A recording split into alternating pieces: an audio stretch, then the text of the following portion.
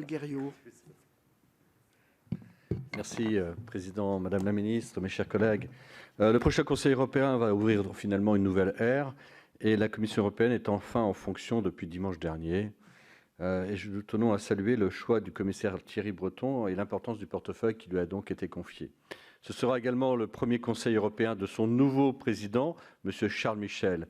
Il a exprimé le souhait de montrer la valeur ajoutée de l'Europe, ce qui est en soi un signe positif, mais aussi très ambitieux. L'Union européenne a une réelle valeur ajoutée, nous le savons, mais qu'elle a beaucoup de mal à le faire connaître. Ses défaillances sont bien plus souvent médiatisées que ses succès. Dans un contexte de changement de dirigeants, les problématiques européennes restent les mêmes. Le Brexit, dont le spectre semble s'être éloigné, reste bien présent. Ses conséquences réelles et sa mise en œuvre sont simplement reportées aux élections du 12 décembre prochain et à la nouvelle date butoir du février 2020. Nous souhaitons que cela ne bloque pas nos discussions entre nous en cours sur notre avenir commun et que les 27 puissent être unis.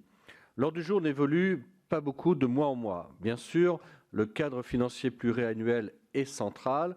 La présidence finlandaise vient de communiquer le périmètre de la négociation et a dévoilé donc quelques chiffres. Le pourcentage proposé pour le revenu national brut de l'Union européenne, point de friction, est de 1,07%. Nous déplorons la baisse importante de la politique de cohésion, 12%, et de la politique agricole commune, 13%. Concernant l'agriculture, son budget représenterait un tiers du budget global, ce qui signifie environ 346 milliards d'euros. Au mois de novembre dernier, notre ministre de l'Agriculture a expliqué vouloir atteindre le budget de 390 milliards d'euros. Nous constatons donc qu'il nous manque 40 milliards. Alors, est-ce que la promesse de Didier et Guillaume, Madame la ministre, sera-t-elle tenue? En octobre, les parlementaires français et les députés français au Parlement européen ont affirmé la nécessité de préserver le budget de la PAC en euros constants. Madame la ministre, notre agriculture européenne est en crise. Pouvez-vous nous assurer que votre objectif reste le même et que la volonté de garder un budget de la PAC à la hauteur de nos besoins et de nos ambitions sera votre leitmotiv durant les négociations? Nous sommes conscients des différences et des opinions divergentes entre les États membres, mais également entre les institutions. Les discussions portent aussi sur le financement des nouvelles priorités de l'Union européenne. Elles concernent bien sûr les questions de changement climatique, avec l'arrivée très attendue, ça a été dit, d'un Green New Deal, mais aussi les questions numériques. Cela a également été particulièrement bien développé par mon collègue Olivier Cadic, qui est un deuxième axe fort souhaité de la Commission européenne. La sécurité des Européens fait également partie des sujets prioritaires. La semaine dernière, le Parlement européen a décrété l'urgence climatique et environnementale. Alors que la COP25 s'est ouverte cette semaine, ceci n'est pas qu'un geste fort, c'est aussi un symbole. L'Union européenne envisage une stratégie de long terme dans ce domaine, avec notamment la neutralité carbone à l'horizon 2050. Ceci n'est pas pourtant souhaité par tous les États membres. L'Union européenne doit également se mettre d'accord pour le début de l'année prochaine sur une communication concernant la Convention cadre des Nations unies sur les changements climatiques.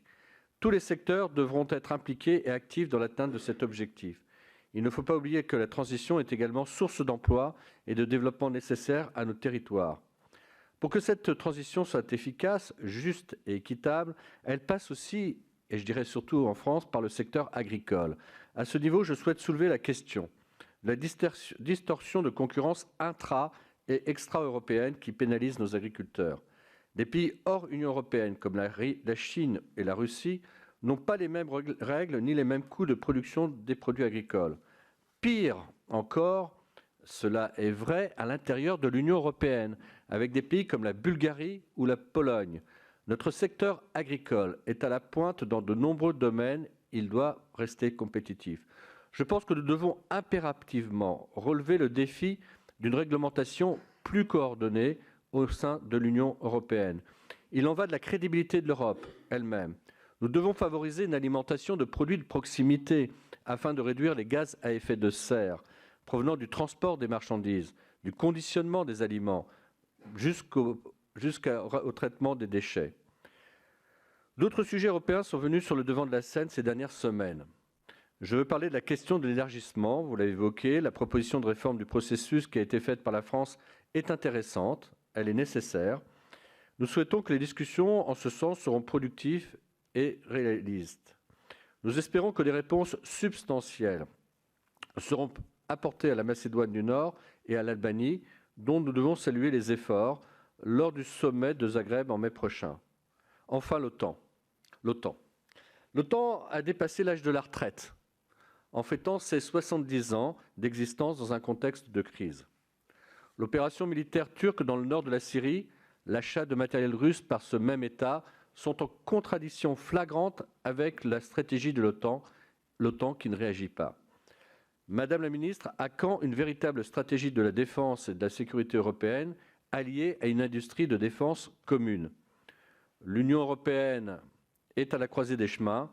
Elle amorce une nouvelle ère institutionnelle, budgétaire et politique. Elle doit faire face à des problématiques nouvelles, des problématiques considérables. Nous devons l'aider à aller dans le bon sens, dans l'intérêt de nos concitoyens et dans l'intérêt de tous. Je m'arrêterai là, soit 2 minutes.